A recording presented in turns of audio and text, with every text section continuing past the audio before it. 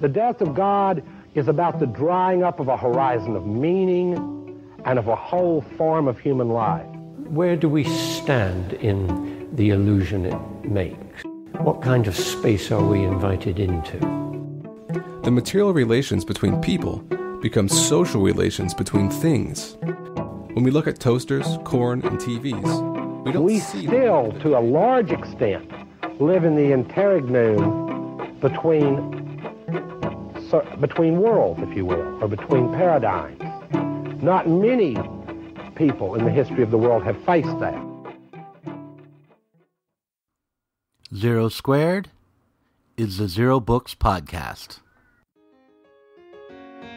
George Ciccariello-Maher is a professor of politics and global studies at Drexel University. He is the author of Recreated Chavez, A People's History of the Venezuelan Revolution, and he's also at the center of ongoing Twitter storms. On Christmas Eve of 2016, the professor tweeted, "All I want for Christmas is white genocide," and in March of 2017, he tweeted that he had to hold back vomit when a soldier was given a first-class seat on a flight he was on. This was 2 days after the U.S. bombing of Mosul. In this week's episode, we discuss his tweets, academic freedom, and free speech. It's Thursday, July 13th, 2017, and I'm Douglas Lane, the publisher of Zero Books and the host of this podcast. I want to remind you that Angela Nagle's book, Kill All Normies, is available through Amazon and encourage you to ask your favorite bookstore or library to carry Zero Books titles. If you enjoy this podcast, consider joining the Zero Books Club. The Zero Books Club members receive access to a Saturday podcast entitled Inside Zero Books, which sometimes features the second half of conversations with Zero Squared guests, and sometimes features conversations with Zero Books readers about the state of the left.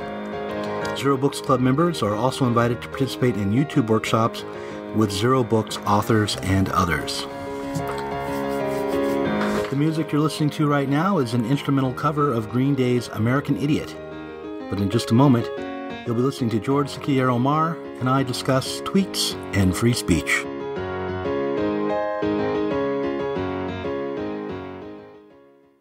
So, thanks for coming on.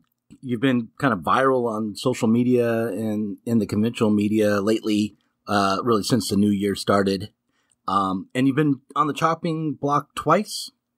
I think the first thing to say is that these kind of attacks have been a pretty constant feature of the past few years. They usually target women and people of color. And of course, we know about the instability of adjunct labor and the ways in which these kind of controversies lead often to professors being quietly dismissed without it becoming really a big story. But I also think that we should recognize the ways in which these have become more intense around and after Trump's election, which of course really put the wind into the sails of the right in general, and to a hard fascist far right in particular.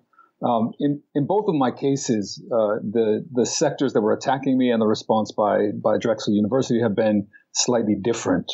The white genocide tweet targeted a particularly cherished myth of white nationalists and open, overt racists. And as a result, the response and the threats that I got originated, I think, in more openly white supremacist groups. You had this sort of spectrum between the Daily Stormer and Breitbart News. In the second case, though, when the question was really mainstream militarism, it was more crossover figures. It was Ann Coulter who really pushed my tweets into the Fox mainstream, and then Fox really wanted to milk it for all it was worth, and so put it at the top of their news cycle for a series of days. And that was the one that kind of hurt you more, right? The second tweet, because it was picked up by the more mainstream outlets. Yeah, it was picked up by Fox, and Fox pushed it and made it into, and blew it up into something that it wouldn't have been otherwise. I think what's common to these cases is the way in which, things that maybe weren't, apparently going to be controversial are fabricated and manufactured into controversies. And the way that happens, I think, is really important for us to understand. In terms of different attacks in these different situations, the first tweet was denounced on the day after Christmas, as reprehensible. This statement was written by an unsigned, functionary of the communications department. The communications, university communications, which is problematic, I think, in a number of ways. The first, of course, is that it was bowing directly to pressure that was being created by Nazis, right, by Nazi groups. And when Drexel issued that first statement, the Daily Stormer, again, this openly anti-Semitic fascist website, claimed it as a victory. They said this is proof that we can impact a university administration. It's also, I think, in a general sense, more worrying because you've got questions of public relations dictating statements by universities about the speech acts of faculty members. And then later, when Drexel even issued a softer statement, it still missed really a good opportunity because, we're talking about a situation that has a lot of context that can be discussed. And even when the university sought to, soften its line, it could have, for example, pointed toward what white genocide refers to, what it means, the context of the speech, but instead simply made a sort of blanket statement about, the community norms of civility, and the way that these were not reflected in this tweet. Now, the second tweet, interestingly, the statement by the university was very sort of boilerplate. Less offensive in that sense, in the sense that it upheld, free speech and academic freedom. But quietly, it turned out, based on documents that were then released by Inside Higher Education, it turned out that I was put under investigation precisely because some donors had come forward and protested. And so here you got a very worrying situation in which the simple fact that people are upset and threatening to withhold money can spur a university into a disciplinary action. In the popular culture, I think someone might come along and look at your story and immediately think about a guy named John Ronson and the kind of a narrative about call-out culture in general. Do you think that what you faced is different in character than what a lot of other people have faced from sort of online Twitter call-outs, whether they're on the left or the right? There was a woman who was flying to, the one that John Ronson talks about, is a woman was flying to Africa, and she made a tweet that was a joke. It meant to be kind of self-mocking joke, and it was taken the wrong way. And by the time her plane landed, I guess she was out of a job and really had become infamous. It was something like, I won't get AIDS in Africa because I'm white. Do you think that your white genocide tweet or the other tweet impacted you in any way because of this call-out culture? Was that part of what happened there? It's interesting. That's a good question. And I wonder whether or not you can point toward a single culture. What I think is there's a clear tactic, and it's a tactic very much associated with Twitter, which is a kind of a new sort of mobbing, right? The way in which mobs are whipped up, directed in a certain direction, and unleashed.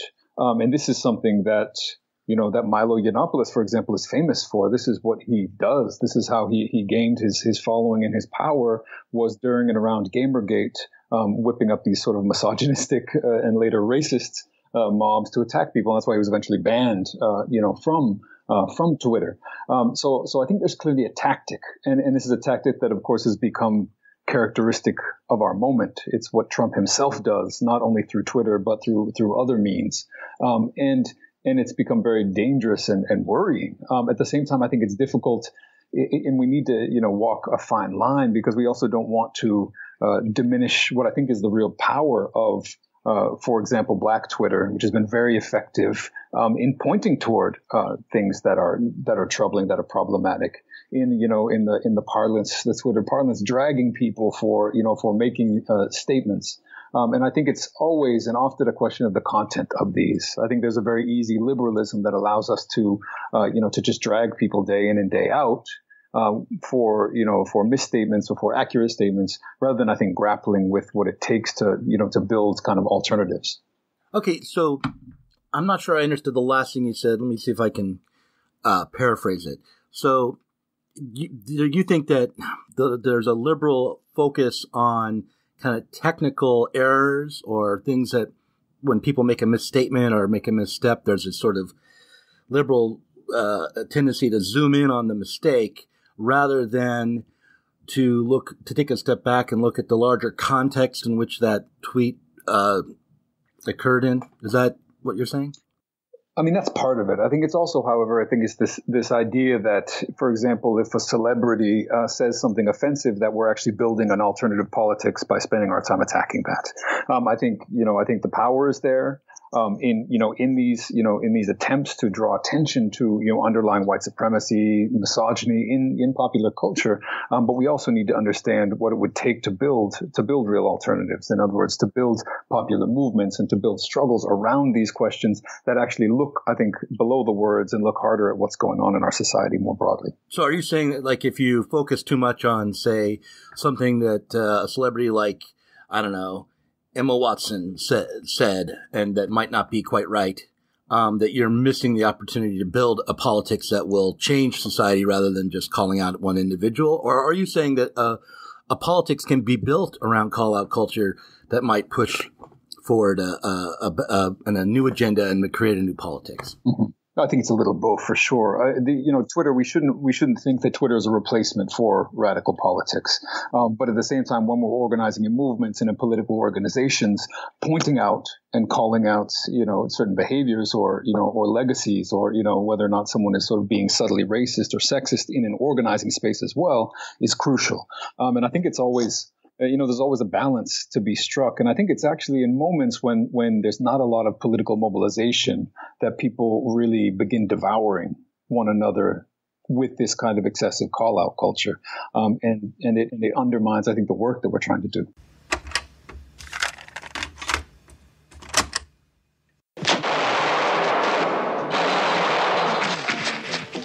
Call him a mad vigilante. Call him a hero. Either way, he's always on target. This was like the democratization of justice. Hierarchies were being leveled out. We were going to do things better.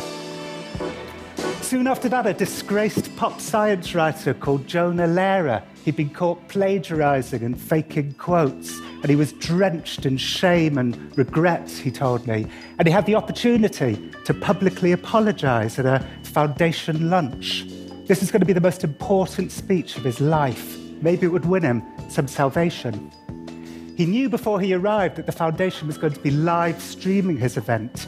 But what he didn't know until he turned up was that they'd erected a giant screen Twitter feed right next to his head. Another one in a monitor screen in his eye line. I don't think the foundation did this because they were monstrous.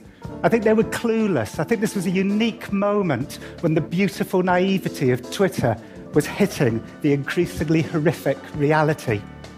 And here were some of the tweets that were cascading into his eye line as he was trying to apologize. Jonah Lehrer boring us into forgiving him.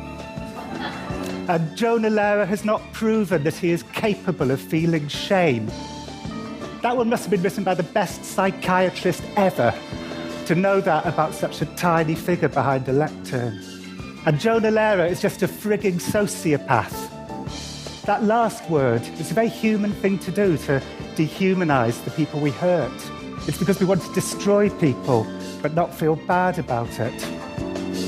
Imagine if this was an actual court, and the accused was in the dock, begging for another chance, and the jury was yelling out, bored, sociopath. When we watch courtroom dramas, we tend to identify with the kind-hearted defense attorney, but give us the power, and we become like hanging judges. Power shifts fast. We were getting Jonah because he was perceived to have misused his privilege. But Jonah was on the floor then, and we were still kicking and congratulating ourselves for punching up.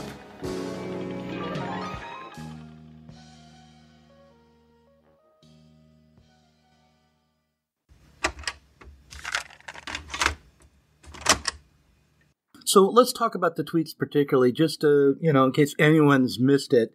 Your tweet about white genocide was a bit of dark satire.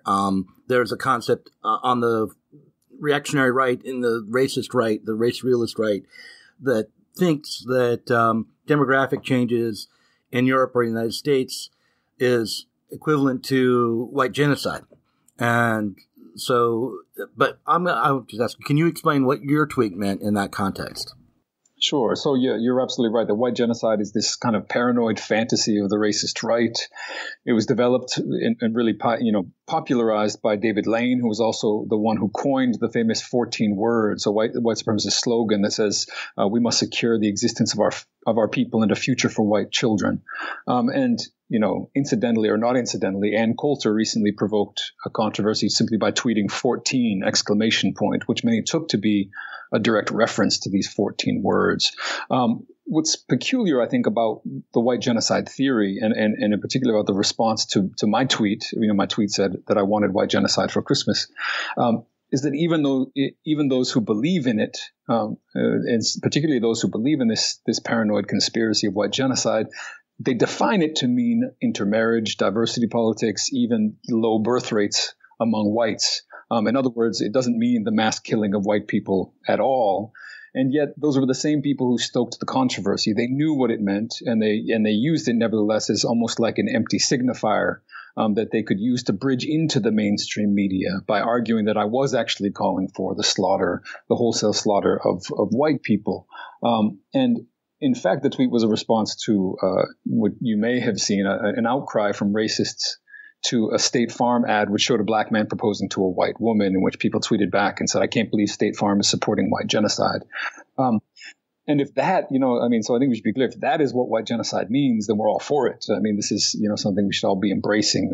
But if it means the subjugation, victimization, destruction, or slaughter of white people, this is an absurd fantasy that's never had any reality in a country that's still dominated, of course, and controlled by mostly white people. Yeah. Okay. So, and that's the whole reason that the term white genocide was coined, is so that there could be a confusion about, what they were talking about. So it would be like it would have more power by making that kind of association with real violence and actual genocide. Although, if you look up the definition of genocide that the UN uses, there are arguments about, displacement and things that maybe somebody might make. I don't think that they're valid, but genocide doesn't only mean directly slaughtering people. If you push people out of their land, that's another kind of genocide. Absolutely, and what they want, the far right, the radical right, has spent years trying to sneak their concepts into the mainstream with a kind of Trojan horse strategy. And I actually think people have argued rightly that white genocide is the key Trojan horse that they're using to soften their own white nationalism. They don't have to say we're for white power and white nationalism. They can simply say we're against this genocide.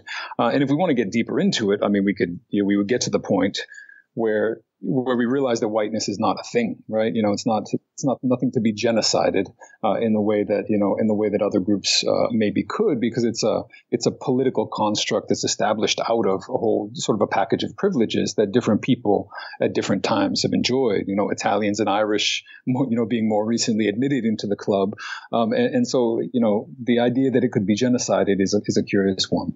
Yeah, that's a really interesting point, and it's something I sometimes emphasize on the podcast, or I've talked about it before. I first came across this idea that whiteness wasn't really even a thing. It wasn't even a race. In a journal called Race Trader, Absolutely. Ironically enough. And it was saying, treason to whiteness is loyalty to humanity. Right. And I read that and I thought, there's definitely truth to this. That the problem with whiteness as a concept is it was born out. It brought a lot of people who didn't have a common ethnic identity together under a category of superiority in the context of the birth of slavery, and in order as a backwards kind of justification for what was really just a economic move and a horribly unjust, horrible atrocity, but that was the birth of whiteness. Was the beginning of slavery. However, it seemed to me that one of the other consequences, if you abolish whiteness, is that along with it, there goes the concept of blackness as well. That blackness is no real ethnic identity either. Absolutely. Yeah. At the same time, I think blackness is absolutely a political category in the same way that whiteness is. In other words, neither have a biological reality, but they both enjoy a social reality. I think the point is to understand that the social reality that they enjoy is very different. One, of course, is its social reality is a package of privileges. And I think privileges precisely actually to follow on from Race Trader and some of my own comrades who were editors of Race Trader, the idea that a package of privileges is something to be abolished. We don't say, let's negotiate with and discuss and analyze the monarchy or the feudal order. We say, no, these are privileges to be abolished.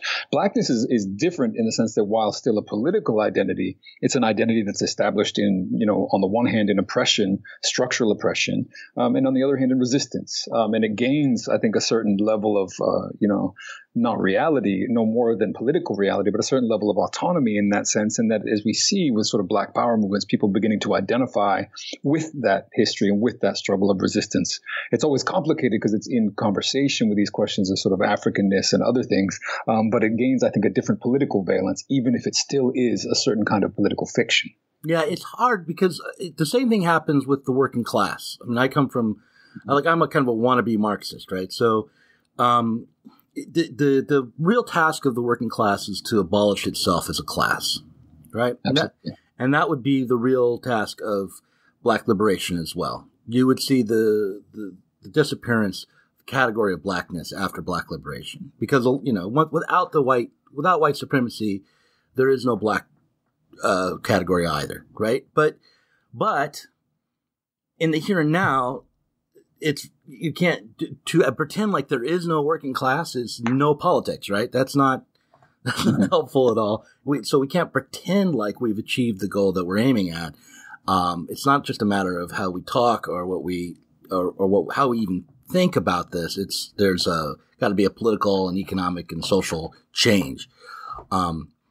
Absolutely. And if anything, it's the opposite. It's the opposite in the present, which is that there are too few people identifying as working class. In other words, people who are poor, people who are exploited, and who live under a certain class condition, who nevertheless consider themselves to be sort of, temporarily embarrassed middle class, members of the middle class. And they refuse that identity. And that's precisely something that has to be built and deepened. Yeah, I see. This is true. I think that's a step. The problem is that I find that I think that there's a tendency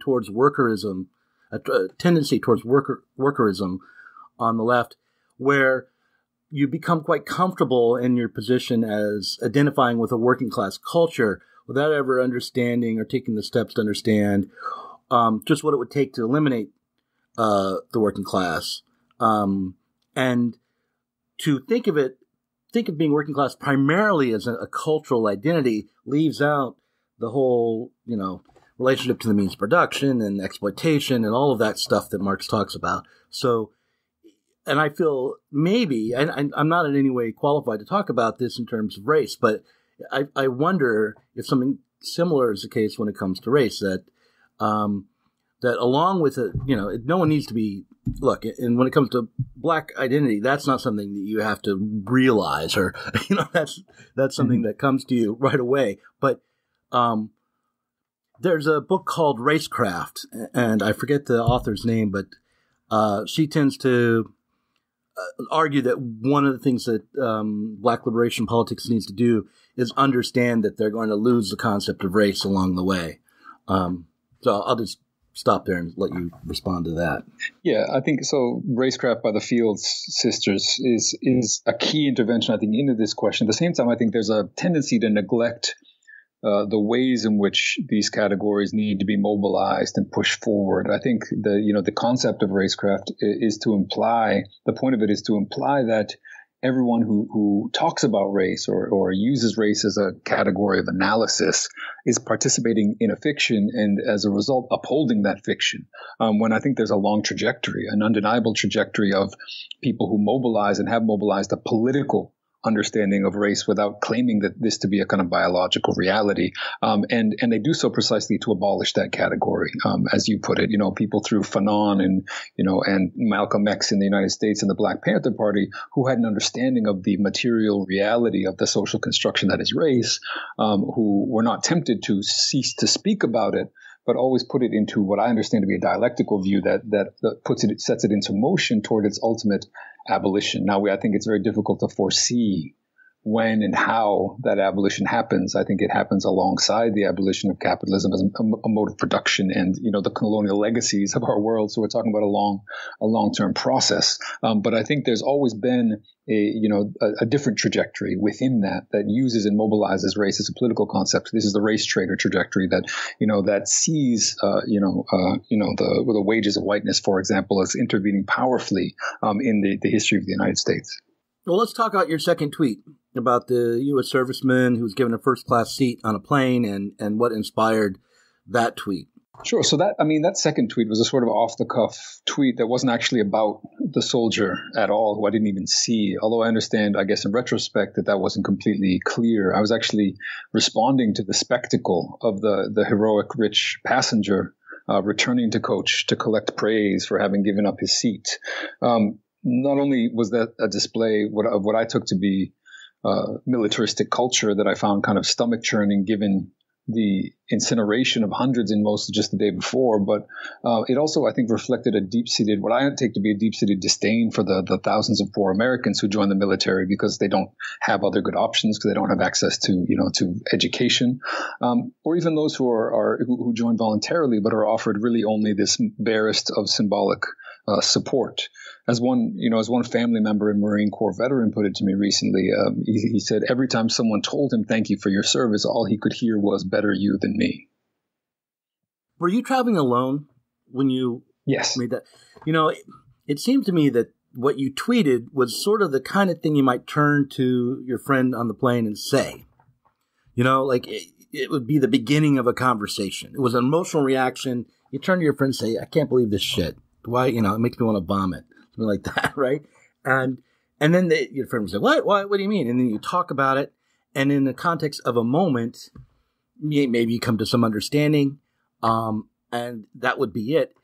But instead, we live in a world where traveling alone, you tweeted something that no one else who read it could really understand because they weren't there, right? And so now you have this emotional response coming from you into the Twitter universe, and it's being picked apart in a million different ways.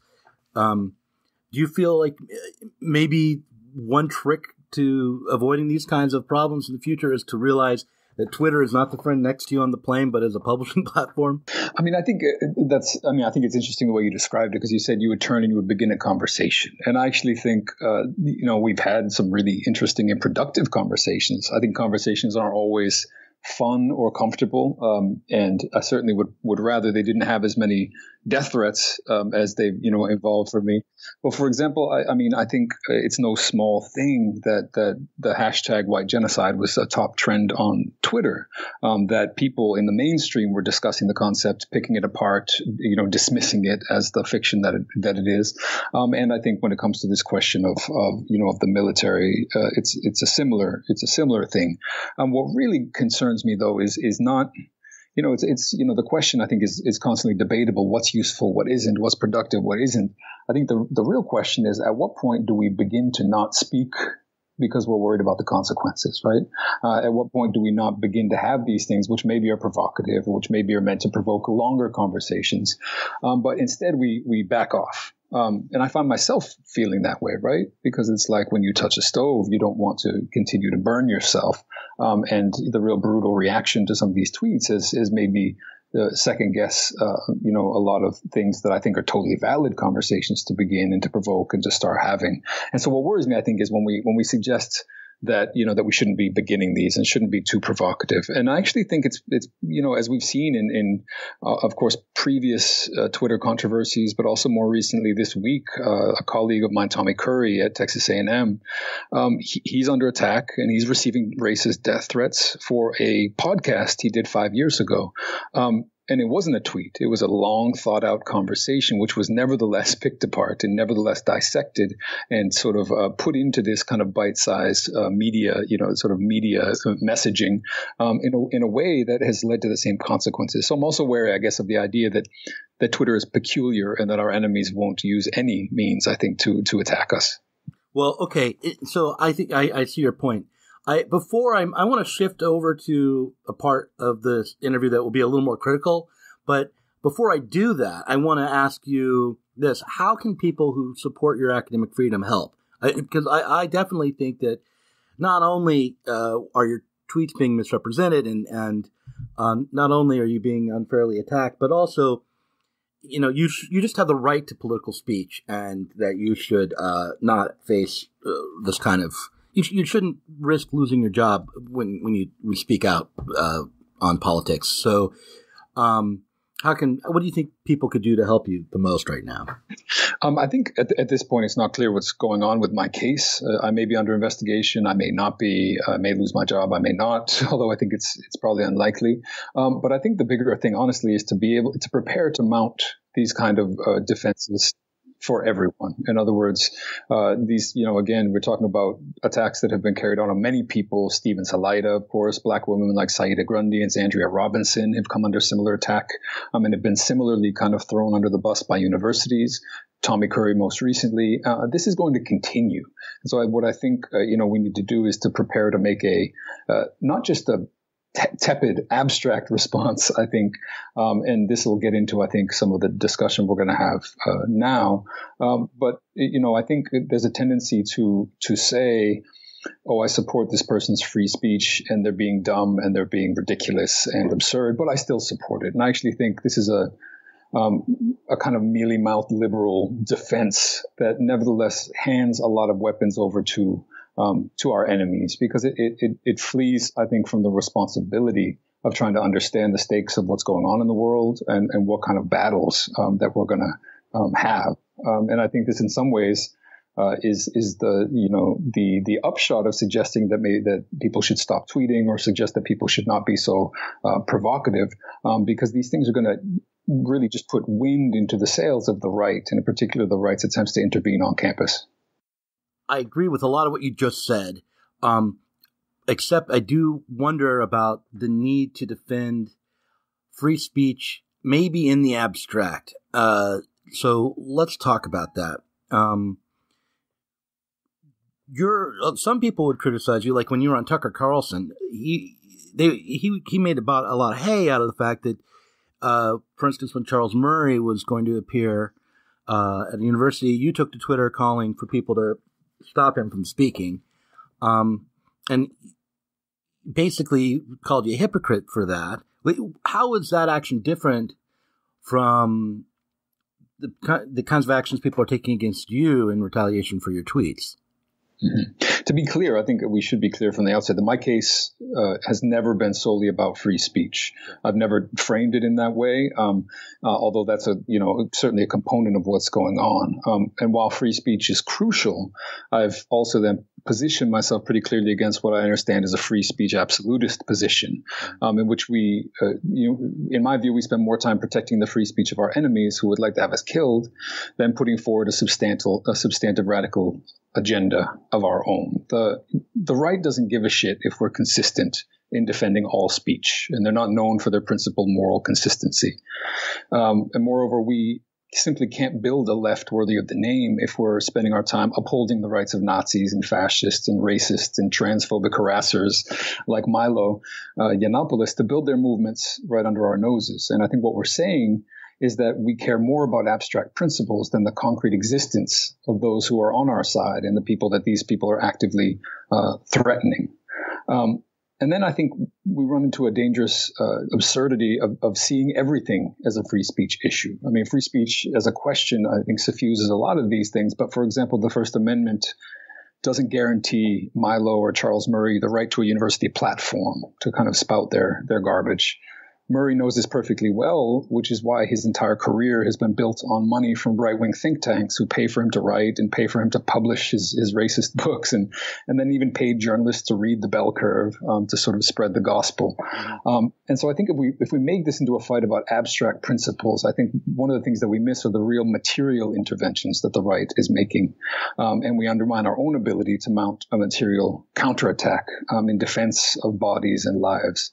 The First Amendment isn't what guarantees me a space on campus either. I've been lucky enough to be hired, and accepted norms of academic freedom mean that I can still enjoy First Amendment rights off campus and the right to be outspoken and critical on campus. But as I've said elsewhere, I think free speech and academic freedom are shields that we need, but we also need swords to move forward and to push back an aggressive right that's actively using free speech and using it in bad faith to manufacture controversies on campus and beyond.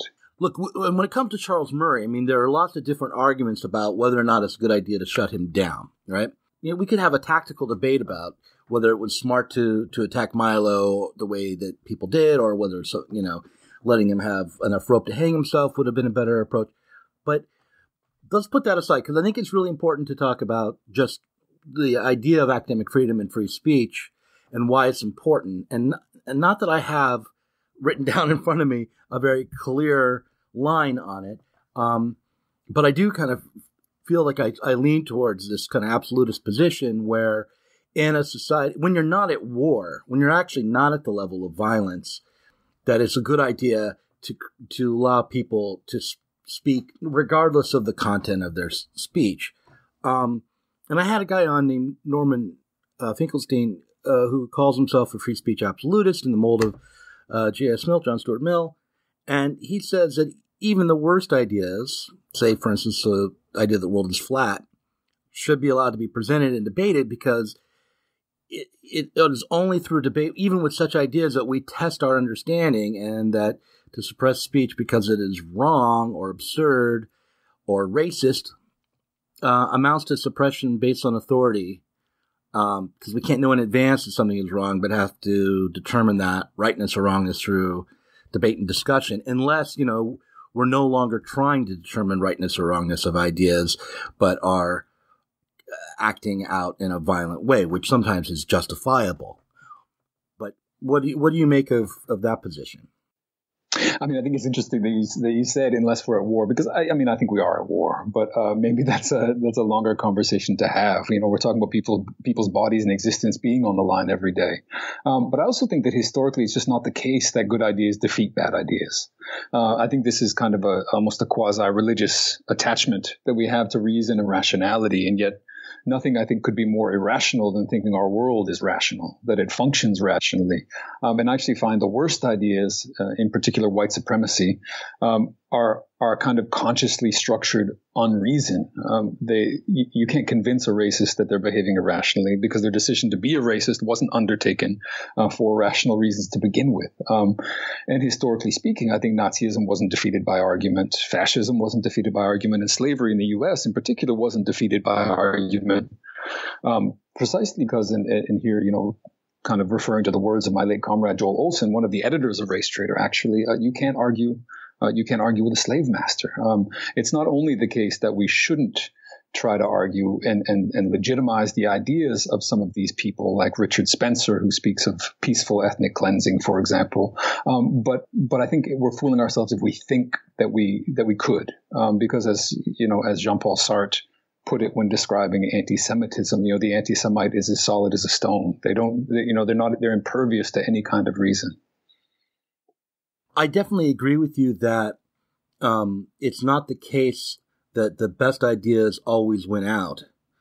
However, part of the project of being on the left is to try to create conditions where the best ideas can win out, where there's enough freedom for people to be able to express themselves without being shut down by authoritarian violence, and for there to be a testing of ideas and understanding in a state of basically friendship and mutual respect.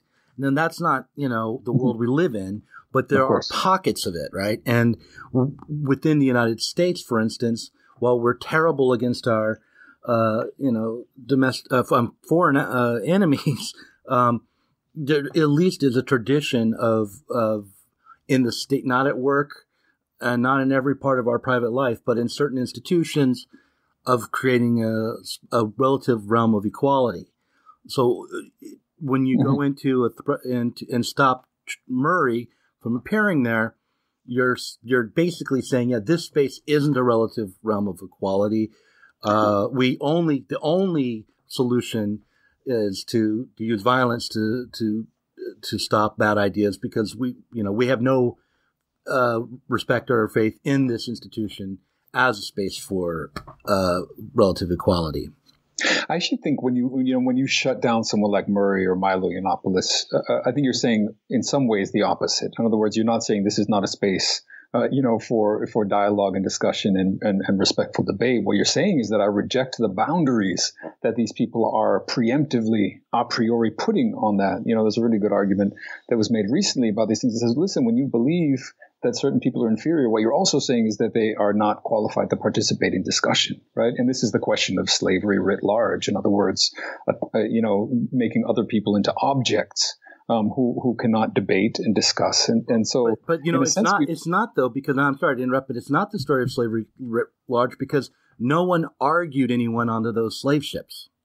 It wasn't like they went and made a case that these people were inferior.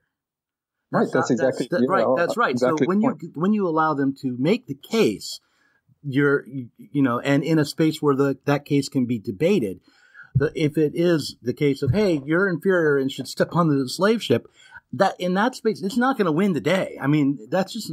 But it's only through violence that slavery could have occurred. It would never have happened if you had to debate the Africans onto the ships. Right. And it was only through violence that it could be abolished, but precisely for the same reasons I think we're talking about today. In other words, when people are systematically disqualified from, it's not that people can't speak out against Charles Murray. It's that when, as you put it, pockets of spaces for debate. And the goal is precisely to make those pockets bigger. But you make them bigger, I think, in part by recognizing that people who want to shut down Murray and Milo, are using their own free expression and are putting themselves in the streets and saying, this is so important to me. My equality is so important to me. My ability to speak and intervene in these debates is so important to me that it's worth it. And I think we can see this as well, speaking about the ways in which, for example, Black Lives Matter has, I think, radically transformed this country, not through ideas and arguments alone, or even primarily, I don't think, but actually through the insistence of saying Black Lives Matter is not an argument, right? You're actually making a kind of symbolic intervention to reflect, a disconnect with reality, but also you're rebelling dramatically in Ferguson, in Baltimore, and elsewhere, and you're creating a situation in which those who are disqualified by people like Charles Murray, who's seen as inferior by people like Richard Spencer, are kind of standing up and doing the most human thing possible, which is to resist and to fight. And I think seeing people fight historically, whether it's in the Civil War or today, is part of what transforms our debates, opens up spaces for dialogue, and really creates a really kind of productive political situation, which is like the one that we've got these days. The reason a movement like Black Lives Matter can have such a lasting effect and can arrive on the scene and change the way we're thinking or change the politics of our time to the extent that it did is precisely because, there is the sense that people have the right to speak even when you disagree with them strongly, and that there's a realm for a moral argument. Not that, this was technically an argument, but it was an assertion which our own values have to make us accept. I mean, as liberals, right? As people in America, this is to say anything but, Black Lives Matter is to not just be racist, but it doesn't compute. So it was the right thing to say, and it was said in a country where, as bad as it is, there was at least this kind of, in civil society, the sense that, people have the right to speak out. People have the right to their dissent. And without that sense, if we lose that along the way, we're going to be in real trouble. Sure. I mean, it's not to say that ideas don't matter. I think the question is always, when and how, to paraphrase Marx, these ideas grip and are gripped by the masses. Because you could say precisely the same thing of pre-Civil War United States, where there was a certain amount of debate and a certain amount of moral appeal by abolitionists, and yet it was in many ways the rebellions of slaves themselves who were not allowed to participate in these debates. And it was also the violent intervention of John Brown and others at Harper's Ferry that provoked and opened a space for not only conversation, but for the defeat of slavery. Yeah, but the slave rebellions weren't stopping people from debate. That's all I'll say, and then we'll move on. Okay, so let's talk about your appearance on Tucker Carlson, because he irritated me profoundly. I bet you I was not alone. There's this moment where he did this typical right-wing move of claiming that, anti-intellectual move of taking a college professor's work and reading it as if it was gibberish. And so he read your work and acted as if it was unclear and obscure and illiterate. And look, one of my jobs is I read manuscripts from college professors, right? And I'm not a college professor, but I read these theoretical works. And sometimes there's some truth to the fact that people hide behind jargon and unclear prose because their ideas aren't very clear. That is not the case with what he read. So what did he read, and what did it say, and what did you think of that whole part of that interview? Sure. What I think what was most amazing about Tucker's faux incomprehension is that while he was trying to prove something about academic writing, his interns maybe accidentally just randomly plucked out a passage that, besides being a decade old, was written for a non-academic socialist journal, the Monthly Review. It was not an academic piece. And as you put it, was really not that hard to understand if you just read it. It's about dual power in Venezuela. And I think dual power for me is really a linchpin for thinking not only about the Bolivarian Revolution in Venezuela, its challenges, its tensions, its contradictions, but also about revolutionary change more general, and more generally. Dual power comes out of Lenin's writings between the two 1917 revolutions. It refers to the emergence from below of new and alternative grassroots power structures against the existing power of the bourgeois state. And through this lens, worked through understanding contemporary Venezuela, and certain things became clear. For example, that this alternative grassroots power had been emerging since long before Chavez, and indeed, in the title of my first book, created Chavez. That this power was the source of revolutionary energy in the Bolivarian process, which is never simply about populism or an individual caudillo, and that the inherent clash between this alternative power from below in the state, whether the Chavista state or opposition-governed state, would be a kind of permanent feature of the Bolivarian Revolution until it was resolved in one direction or the other. And today, in my more recent book on Venezuela, Building the Commune, I argue this alternative power is really represented by the communes, which are very much on a back foot today, which are struggling against not only Chavismo, elements of Chavismo, but also with the opposition and with the underlying structure of the Venezuelan economy, and clashes directly with the state, while simultaneously representing, I think, the future of any revolutionary hope in Venezuela. Anything like dual power could occur in the United States? Is there a dual power approach that wouldn't require taking the state to start with? Absolutely. And I think, so I came across the concept of dual power, not in theory, but in practical organizing when I was a member of a revolutionary organization called Bring the Ruckus, actually, founded by people who came out of the Race Trader Journal as well, but which explicitly upheld what we call the dual power strategy. And this was a strategy that involved simultaneously building alternatives while fighting the existing system, understanding that, in fact, we fight best when we're building autonomous spaces and alternatives. And in a way, it was a way of splitting the difference between the prefigurative, build an alternative world politics that many associate with a certain kind of anarchism, and the frontal kind of attack on the system of a kind of Leninist approach. I think it's hard to overstate how important this is for organizing in the present. The strength of the Occupy movement, for example, like that of the communes of Venezuela, has been taking over space and building antagonistic alternatives, and to try to build a new kind of community while fighting against the existing world. in the U.S. context, in organizing against the police, which is where most of my organizing has happened, whether it's in Oakland after Oscar Grant was killed or in Philadelphia more recently, this means building alternatives to the police in the form of neighborhood, rapid response and self-defense networks that make it possible for people to imagine and begin to build a different kind of world. And I think in the present moment, Trump's own kind of aggressive racism has helped us to solidify the connections between the domestic, policing of populations and migration enforcement. We should bear in mind that both the Fraternal Order of Police and ICE endorsed Trump. So making this connection, very palpably clear.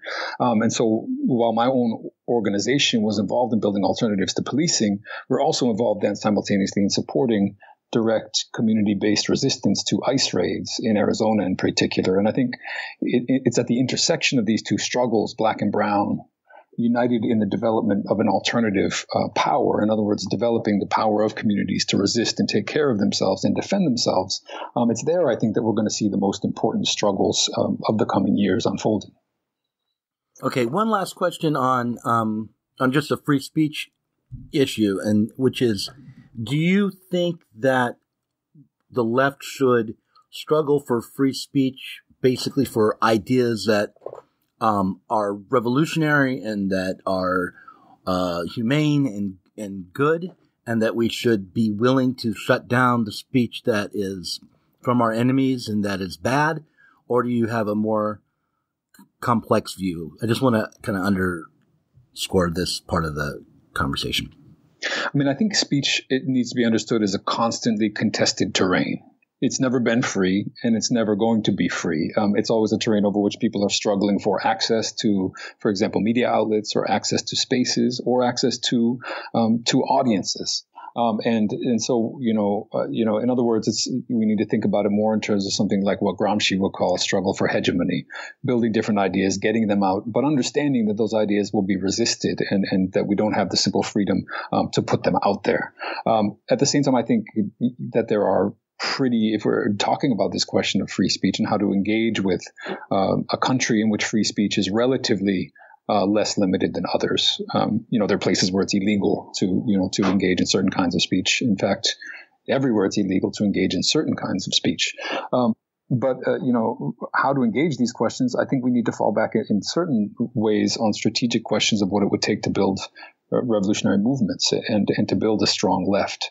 And I think this involves, first and foremost, drawing hard lines about who believes that that people are equal and who believes that they are fundamentally or biologically unequal. And I don't think that's a very hard line to draw, because I think it calls into, as I put it before, it calls into question the existence of people that are part of our movements, that are part of the left. And I think those people in particular, but everyone who cares, will use their speech in an attempt to counter and shut that kind of speech down, because it's speech that also simultaneously produces and encourages harm, encourages danger, and encourages the emergence of the kind of movements that we need to be fighting today. Do you think there's should be at least enough freedom to speak and debate, and on the left that we should continue having conversations like this one, where we ask the question, like, what would happen if someone debated Richard Spencer? Or do you think that someone on the left who debated Richard Spencer should just be themselves no platformed in the future? No, I think that's exactly a strategic question to be undertaken. I have a pretty clear opinion on whether or not it's useful to debate Richard Spencer. I think he was debated pretty effectively with a fist in the face. And I think we should understand that was a radically political act that, despite all of the crowing about it being counterproductive, generated vast discussions that entered the mainstream of our national debate. And so it was incredibly useful. But I think we need to have those strategic discussions on the left. And I think they do often occur on the strategic level. The kind of conversation we're obviously not going to have on the left is about whether or not, certain populations are inferior, right, or equal, or are sort of semi-human, and these are, and that's why I say it's. On the one hand, I don't think speech is under any kind of threat in the United States. I think the left needs to think very hard about how it is that we engage these questions, and I think we need to think strategically about how we consolidate a broader movement capable of fighting. Let me tell you one last thing, and then I want to give you an opportunity to like ask yourself a question or talk about something I haven't given you an opportunity to talk about. But I recently was invited onto a podcast in response to Sam Harris interviewing Charles Murray. You probably know who Sam Harris is, and I had listened to that Sam Harris podcast, and I just was so depressed by it because, Sam Harris, of course, not only was he giving Charles Murray a platform, which I wouldn't necessarily say he shouldn't do, but he was so soft and was just really, he helped Murray out a lot. And I knew that there were people who might even be, mostly young white guys, but might be considering themselves part of the left, who were going to listen to Sam Harris, who they didn't know or understand to be not part of the left, and think to themselves, well, maybe this race realist stuff isn't, that racist. It's just science or whatever they were going to think. So I had an opportunity to go onto a podcast that sort of would speak to part of that audience. It's, a smaller podcast. But I worried. I worried not because I was afraid of the right's reaction, but because I worried that even to stand up and try to criticize Charles Murray was a risk for me, because if I did it incorrectly, that I could face a lot of blowback from my own side. To stand up in public and just debate Murray's ideas even with someone else might be. I thought that was a risky move. Do you think I was being paranoid about that, or? No, I mean, I think the stakes of this are so high, right? And I think that's part of what we're struggling with. But I think the example you gave is a really good example of the limits of this speech narrative. In other words, and Bill Maher did something similar, right? He said, "Oh, I'll have Milo on." He was criticized for having Milo on and said, "Oh no, I'm going to show how ridiculous he was." And in the end, he ended up sort of fawning over Milo and giving him, soft peddling his transphobia and encouraging all of these things. For example, Bill Maher wants to have me on, and I'm similarly torn in the way that you were torn about whether or not we know platform people who are engaging in this kind of almost encouraging and enabling of white supremacy. But precisely the danger is what you pointed towards. In other words, the way in which that what is described to us as a discussion in a debate is actually a way to soften and make palatable and whitewash these ideas for a mainstream audience. And that's what Charles Murray professionally does. This is literally what his entire job description essentially is. In other words, to take pseudoscientific arguments and inject them into the mainstream and into policy circles, so that you have people in the 90s, even in the Democratic Party, turning to Charles Murray to help to explain why they need to lock up, hundreds of thousands of more people with the new crime bill. And so these things are, again, not without consequence. And I think the speech argument, while useful, often helps to obscure the real material reality of what's going on, which is the slow infiltration of really brutally racist ideas into the mainstream. But I agree. But I feel like in that case, if I hadn't gone on to debate Murray, then the only voice this particular audience would have heard would have been the Sam Harris side of the debate. I mean, we can't stop Sam Harris from going on or having Murray on. I mean, I wouldn't have Murray on my podcast, right?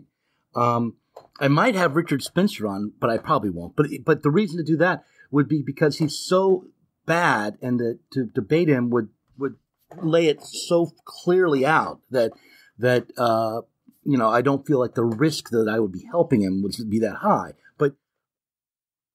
Yeah, but Murray is a different kettle of fish, and he's very good. Like, one of the problems I had with this being on this other podcast was I really wanted to say, look, Murray is pushing an anti-Semitic narrative. You have to understand that this whole story he's telling about the white working class and how the cognitive elite are causing these problems for the white working class. That cognitive elite it's not that it's a dog whistle even. It's a stand-in for, or leads you to, this blaming of the Jews eventually. And, it fits in with this Nazi narrative. What Murray's saying meshes very well. It's a whitewashed version of a Nazi narrative. And, I've heard it before from outright anti-Semites. So I wanted to say that, but I didn't end up saying it because I felt like I had to take baby steps to that. I can't just lay down the truth. I had to have a longer dialogue before I could get to there, and I didn't have the time to get there.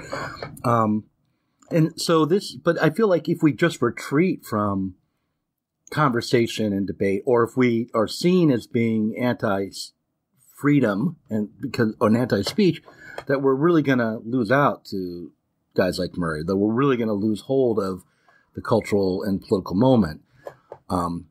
And so I guess I've said my piece there. Mm-hmm. No, I don't disagree. I think we need to fight these ideas. I think the question is how we fight them, what kind of platforms we have to fight them. And that's why I think often it's necessary to engage with mainstream outlets that are antagonistic to us. It's often necessary to use whatever leverage we've got to fight against these ideas. And I think there are ways to do that don't co-sign those ideas, that don't treat them as reasonable, precisely because what the goal is to, exactly as you put, to show the ways in which these function, right?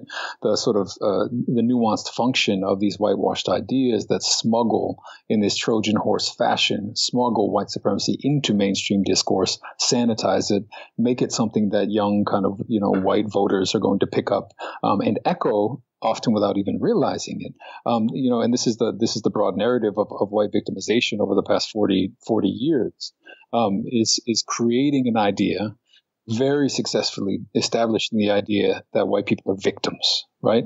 And that is far more widespread than white supremacist organizations, right? This is a predominant narrative in certain communities, and it's got incredibly powerful effects, which I think we're seeing play out all over.